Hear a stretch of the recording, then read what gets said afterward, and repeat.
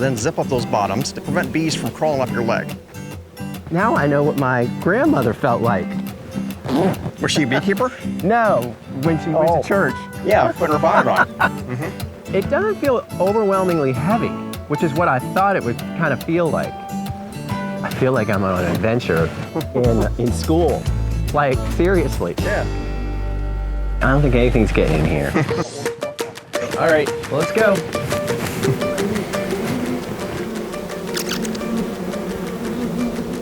Bees communicate with pheromones.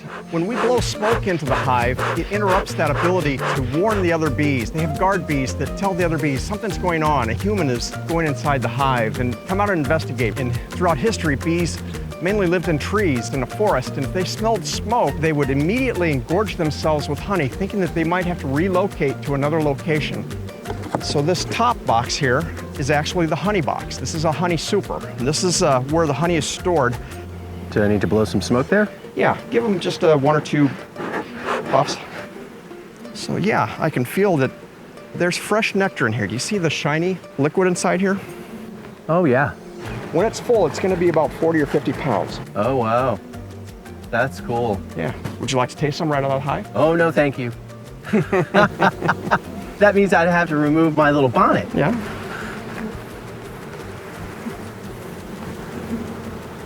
Oh, this is so nice. Would you like to hold it, Frank? I think you should. Just please don't drop it. It makes him very angry. Sure. Wow. So That is amazing. This white over here is developing larvae. That's honey, and that's cured honey. They've already dried that down, so that's 18% honey. This is pollen in here, and look at the different colors of the pollen. There's a little red, yellow, sometimes there's green, and from different sources, from dandelions, from maple trees. There's bees that go out and find the sources of nectar and pollen. Those are the scout bees, and they come back into the hive, and they actually tell the other bees, the foraging bees, where that source is. And it could be one tree a mile away from here. Wow. That has abundant nectar in it.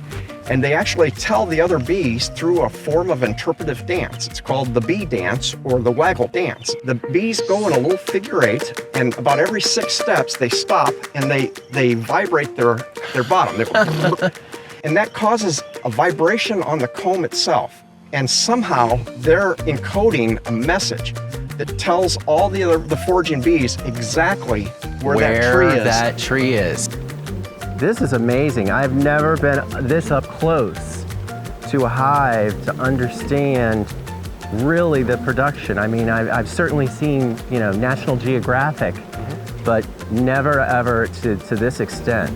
This is amazing. It really is. I never get tired of holding a frame of bees in my hands.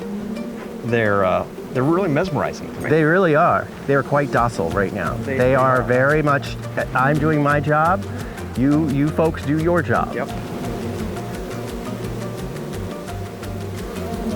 Let's first start talking about the color and when these were all harvested, and then let's taste. Here in the Mid-Atlantic area, the earlier we harvest, the lighter the honey is. It's also sweeter. So as we progress through the summertime, this was summer honey, and if you can see, it's just a little bit darker. It's a little darker, yeah. The colors are amazing. I mean, when you start to look at the depth of color to this, that's in the fall, and then you have the lighter colors in the spring, I think it's a great contrast. Let's give it a taste, because I'm really interested in the color and the texture of all of the different seasons. Yeah. Store-bought honey almost always tastes the same. It's mainly clover honey from clover fields up in North Dakota and Nebraska, and they actually have human tasters that taste that honey.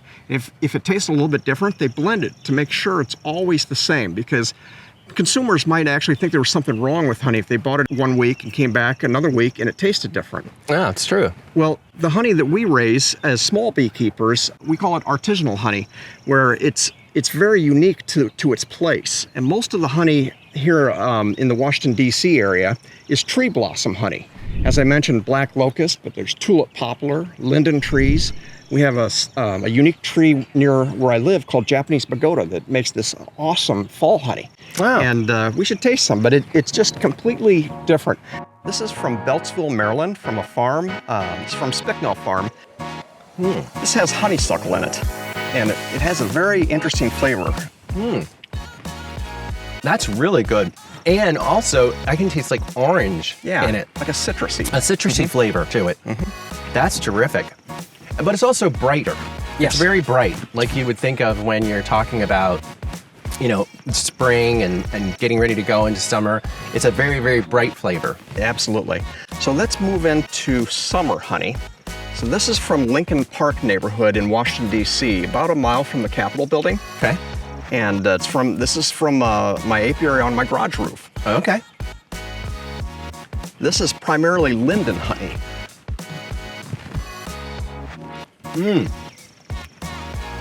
This starts to have a much more, a richer texture. Yes. You can it starts to coat your tongue more. This is another summer honey. This is from near Andrews Air Force Base at Mount Airy Mansion. Okay.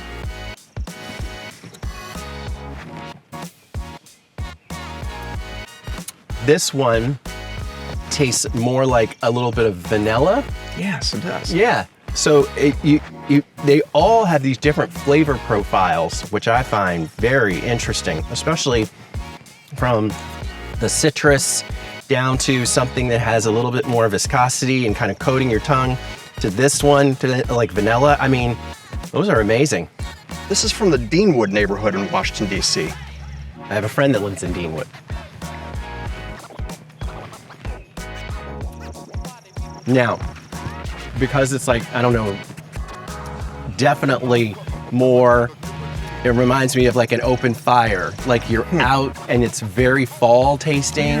It kind of has that kind of smoky, I don't know why. Maybe there was a tree that seemed like it, but it's a very complex and much heavier in texture as you went from spring to summer to fall. We're gonna use both a fall and then also a spring.